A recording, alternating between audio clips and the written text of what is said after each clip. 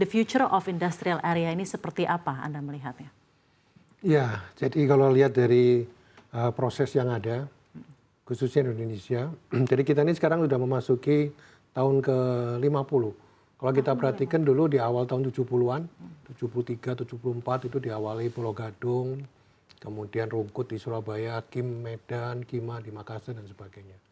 Sampai kemudian pemerintah menyadari itu menjalang relokasi industri dari Jepang. Itu saya masih ingat ya, Pak Darmono ya, di akhir tahun 80-an. Akhir tahun 80-an. Makanya di situ kemudian awalnya itu ada yang namanya tadi himpunan kawasan industri, itu wadah daripada para pengembang dan pengelola kawasan. Itu kemudian ada di situ, kemudian kita mengusulkan keluarnya ke suatu keputusan presiden tahun 53, waktu itu tahun 89. Jadi intinya itu swasta diberikan kesempatan untuk mengembangkan kawasan industri. Nah, dari situ mulai dari paling dekat Jakarta, ya, ada Jawa BK, MM 2100, terus ya Kota Delta Mas, KAIC, Suracipta, Kota Bukit Indah dan sebagainya. Bukan cuma di koridor Jalan Tol Jakarta Cikampek, tapi juga di Jawa Tengah, Jawa Timur dan Kepulauan Riau waktu itu. Batam. Sampai ke Pulau Riau. Betul, di Batam khususnya kan. Waktu itu kan awal-awal istilahnya itu statusnya itu KPBPB sebetulnya. Kawasan Perdagangan Bebas dan Pelabuhan Bebas. Waktu itu diinisiasi oleh Pak Habibie. Dan itu sebetulnya kalau betul-betul jadi dikelola dengan baik ya. Karena konon katanya yang namanya waktu itu pemerintah China melihat Batam itu yang sekarang itu jadi Shenzhen dan Guangzhou itu. Itu konon katanya seperti itu. Ya, tapi oke lah.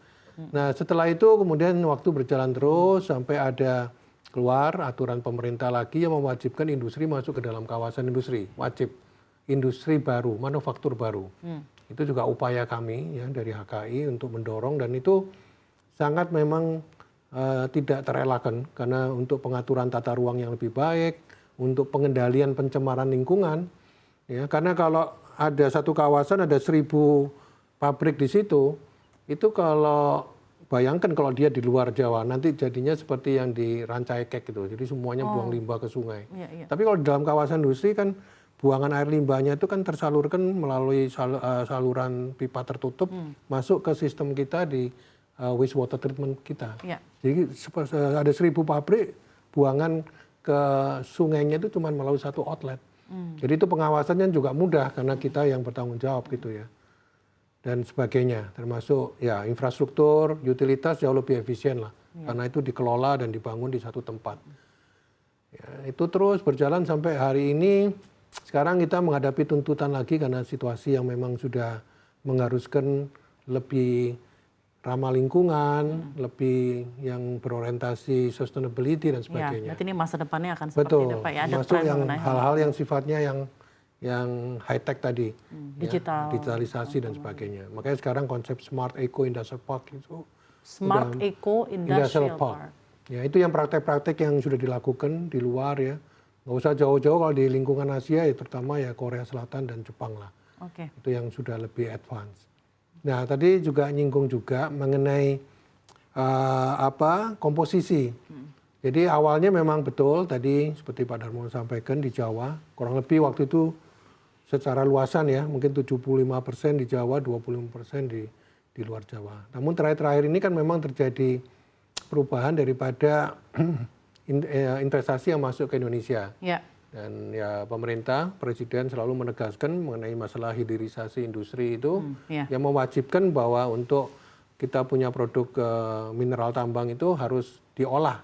Ya, jadi akhirnya dengan adanya kewajiban untuk mengelola sehingga butuh kawasan-kawasan industri. Jadi sekarang memang kawasan-kawasan industri cukup berkembang pesat.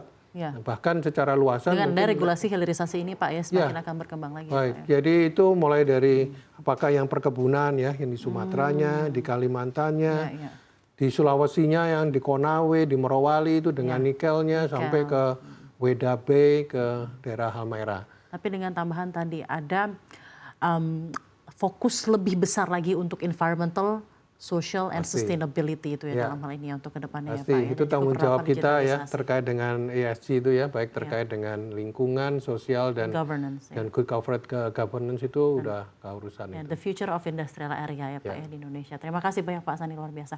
Kembali ke Pak Darmono, saya ingin tanggapannya saja Pak. Ini mungkin ada pertanyaan yang cukup straightforward dari tim kami. Seperti apa kira-kira ketegangan di Laut Merah terhadap bisnis logistik di Indonesia? Karena kita ketahui Jababeka juga memiliki bisnis peti kemas ekspor impor lewat dry port Pak. Silakan. Ya tentunya kalau ada satu daerah timbul ketegangan atau bencana, kekhawatiran dari perang, pasti logistik itu akan kena dampaknya. Karena rute daripada kapal akan berputar, mencari jalur yang aman. Itu pekerjaan itu perusahaan-perusahaan berkapalan untuk mencari jalan yang lebih murah. Cuman kadang-kadang kita mesti lihat juga sebenarnya strategi pemerintah kita harus memanfaatkan di mana 4 selat terpenting di dunia. Dari 6 selat itu 4 ada di Indonesia. Selat Malaka, Selat Sunda, Selat Lombok, dan Selat Makassar. Nah, belum lagi yang lain-lain, misalnya seperti Jababeka membangun Morotai. Morotai itu bisa untuk memotong jalur yang dari Laut Merah, bisa mungkin justru lewat Cina Selatan. Ya, itu bisa langsung tembus ke Filipina, terus kemudian Hong Kong, Guangzhou, dan lain-lain, Shanghai. Jadi nggak usah mesti lewat lagi ke Singapura, terus pergi ke timur, itu membuang jarak mungkin 8.000 kilometer.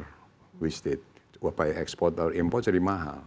Nah sekarang ditambah kalau di Laut Merah ada masalah, itu kan juga traffic yang lewat di Selat Malaka akan kena. Nah kalau kita potong dari Morotai, terus ke Filipina, langsung ke Taipei, Hong Kong, Shanghai, itu kan jadi Indonesia punya jalur baru. Nah ini harus menjadi opportunity yang timbul karena problem di Laut Merah tadi. Jadi Indonesia itu hebat sekali geografisnya, positionnya. Nah, menguasai begitu banyak selat yang bisa ditembus kemudian ke Australia dan bisa muter lagi kan dari Australia ke Pasifik ya. Ini negara lain nggak punya ini. Makanya Jababeka bangun di Morotai itu maksudnya itu, meskipun ini long term ya. Ini long term vision. Tapi orang juga bilang, ngapain bangun di Morotai? Tapi jelas nanti Selat Malaka itu congested. Terus kalau dibikin, congested. Belum lagi kalau itu terusan kera di Thailand itu jadi, itu Singapura setengah mati. Jadi kita mesti mikir. Lebih sibuk dari Suez jangan-jangan ya Pak? Iya. Kalau sekarang ini sibuk sekali kan. Dan juga mulai congested dan kemudian gampang tabrakan. Ya. Termahal lagi. Jadi pikir jalur baru mana. Gitu. Jadi memang pada nyatanya memang ini tentunya memberikan sentimen tersendiri ya Pak, current issue mengenai ketegangan di Laut Merah, tapi dengan geographical position kita very strategic. Bisa ambil keuntungan. Bisa ambil keuntungan ya dalam hal ini. Baik. Betul.